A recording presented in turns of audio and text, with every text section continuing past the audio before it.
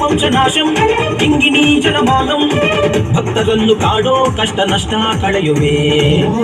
ವಂಶಗಳಿಗೂ ನಿನ್ನ ನೆರಳ ನೀಡುವೆ ಮೃಗದ ಮೀಸೆ ಹೊತ್ತೋನೆ ನಿನ್ನ ಹೃದಯ ಹೂವೇನೆ ಭೀಮವೇಶ ಪರಮಾತ್ಮ ವಿಜಯ ನೀನೆ ಜಗದಾತ್ಮ ಭಾನು ಸೋಮ ಅಗ್ನಿನೇತ್ರ ಭಕ್ತ ಪಾಲಕ